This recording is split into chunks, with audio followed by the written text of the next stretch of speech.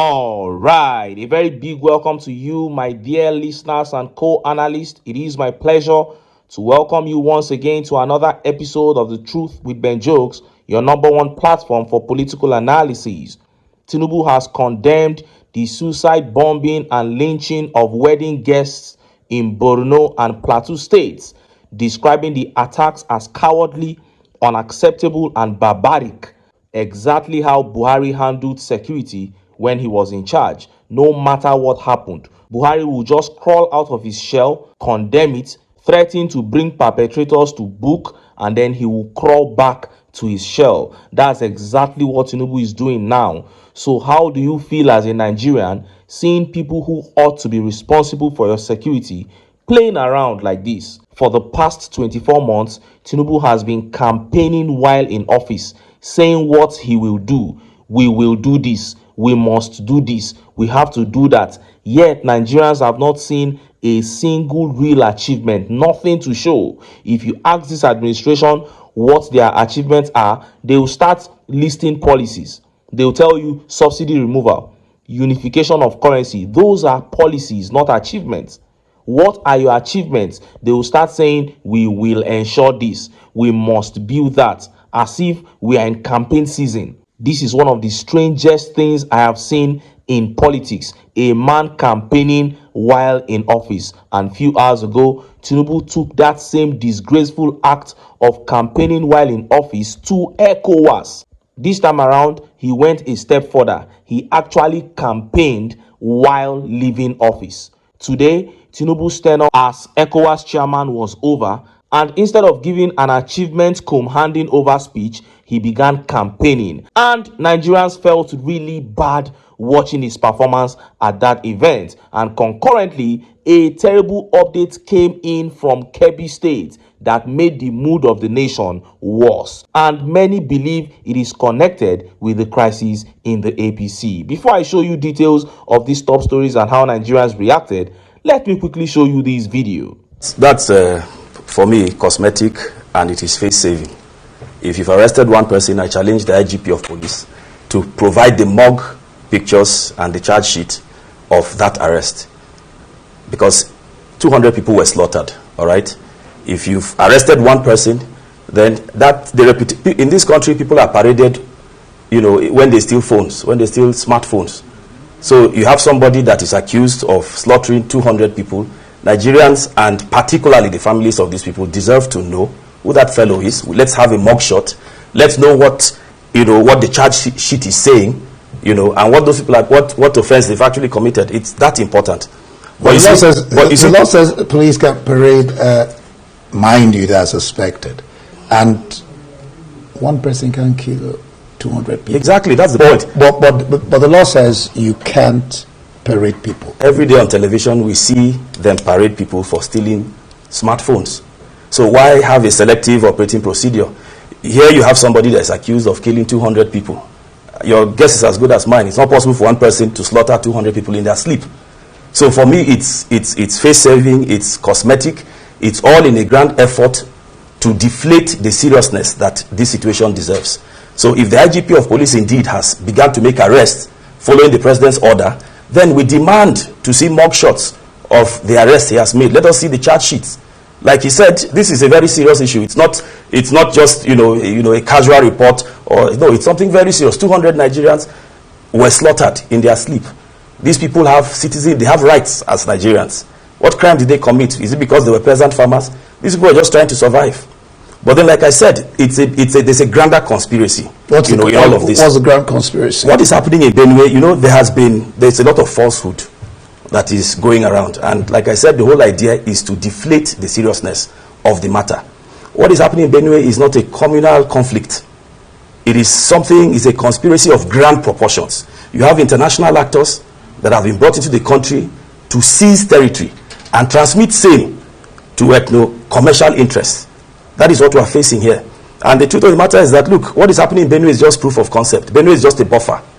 If nothing is done about this, if Benue falls, Nigeria will fall. It's only a matter of time. If these people overrun Benue, Enugu is next. I can assure you, we will have this conversation in another 5 years, and it will be a very sad story. So the earlier we understood the gravity of this situation and did the needful, I'm in agreement with him that what we need to do at this point is to deploy deadly force to smoke these people from out of their holes. That is how you respond to criminality. You don't analyze criminality. You respond. There should be consequence for bad behavior. You heard that. I like how the speaker re-echoed two of the many things that I have said about the disaster in Benue State. I did say that the APC was complicit. That is why the killings mean nothing to them, to the point that the IG of police has now turned the whole thing into a joke, claiming that he has arrested one suspect connected to the killing of 200 in Benue State. One suspect for the killing of 200 people. What is the correlation? And even that claim is a big lie. It is all a joke to them. And then the speaker went ahead to confirm what I earlier said about Benue being a starting point for these terrorists. Their aim is to conquer Benue and then enter southern Nigeria. It sounds impossible in Nigeria, but we have seen cities, states and countries fall as a result of negligence. And when you have a federal government that is accommodating of terrorists and extremist fundamentalists, and when you have state governors like Hope Uzodinma, Peter Mba, Ayeda Tiwa of Ondo State, Dapo Abiodun of Ogun State, Monday Okpebolo of Edo State, and the likes of Umueno of Akwa Ibom State, I am telling you, almost anything is possible, because these men I mentioned are 100% puppets who would sell their states to Fulanis without a second thought. Now, let us look at the top stories. First is that terrible update coming out of Kebbi State. This one made Nigerians feel so bad, and many think it is connected with the fight in the APC. And next is that video showing TINUBU's speech at the 67th ECOWAS Head of State and Government Summit. TINUBU was to hand over to the president of Sierra Leone, Julius Bio, but to the shock of Nigerians and indeed the entire Africa, his handover speech turned into a campaign speech. Let's start by taking that update from Kebbi State. Look at how the papers reported it. Terrorists kill 30 people in Kebbi State. Terrorist attacks in Taduga and Kiebu communities of Zuru Emirate in Kebbi State, northwest Nigeria, have claimed 30 lives with many others injured. Kebbi State Deputy Governor Umar Abubakar Tafida, who led government delegation on condolence visits to the affected communities, made a donation of 50 million naira to bereaved families and the injured, with each community receiving 25 million naira. The state government has pledged it would enhance security efforts to block entry points at Tadoga and Kiebu, through which the bandits were able to have access to the area. Chairman of Zuru local government area, Mohammed Isa, confirmed that 16 people were killed in the Taduga, while chairman of Danko Wasagu local government area, Husseini Bena, said 14 persons lost their lives in Kiebu and the Yarkuka in Waji district, with several others injured. They also stated that the bandits made away with cattle and other properties. The chief of Dabai, Suleiman Sami Dabai, commended the state government for its measures, attributing success to support. You saw that. The last 72 hours in this country, the killings seem to have increased all across Nigeria. And when people say it has to do with the fact that Shetima was not endorsed alongside TINUBU, you can't blame them, because people are confused and they are only trying to connect the dots, because we don't know why all of a sudden these killings increased. But whatever the cause of these killings is, it is painful, it is scary, and it is an abomination that has to stop. But it won't stop until the APC is stopped. If every state where we have seen senseless killings in Nigeria rejects the APC, I am telling you, they will have only about 2 states left for them to fight for. Nigerians must end the APC before the APC ends Nigerians. And Amos here says, killings has been normalized in Nigeria. It is like the country is now a butcher house for chickens. What a country. And this tweet replied, he said, APC has killed Nigerians in every corner of Nigeria. Blood suckers. Olowo here says, I weep for my beloved country. Every day I see these news of killings. We need a superior intelligent gathering with the use of AI in these country is not about strategy. It is the corruption that is bedeviling the security sector. And corruption will eat up strategy any day. And just as Nigerians were yet reacting to that video of Tinubu's ECOWAS speech began circulating. How do you turn a handover speech into a campaign speech? Only Bat can do that. See the video. We must invest in education, create sustainable jobs, and foster an environment where innovation and digital transformation can thrive. In doing so, we not only unlock economic growth, we also inoculate our societies against recruitment efforts of extremist groups. In our development agenda, women are not merely beneficiaries, they are agents of change and social transformation. Their full and active participation in economic and political life is indispensable to building just, inclusive, and resilient society. Regional integration is incomplete without physical and digital connectivity.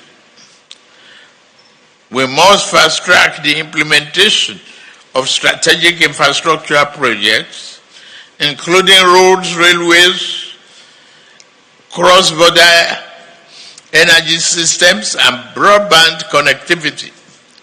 Projects like the West African Gas Pipeline, the West African Power Pool, and the Abidjan-Lagos Corridor Highway are not just symbols of regional ambition.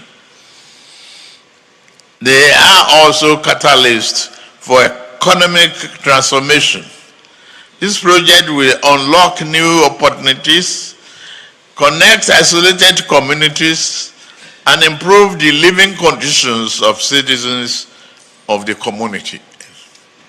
Excellencies, Head of State and Government, distinguished guests, regional integration will be only meaningful when it is underpinned by economic prosperity. As we discussed at the West African Economic Summit, our intra-regional trade remains low, even as we possesses the potential to be an economic powerhouse in the continent. We must create the enabling environment, empower the private sector, remove trade barriers, and create the conditions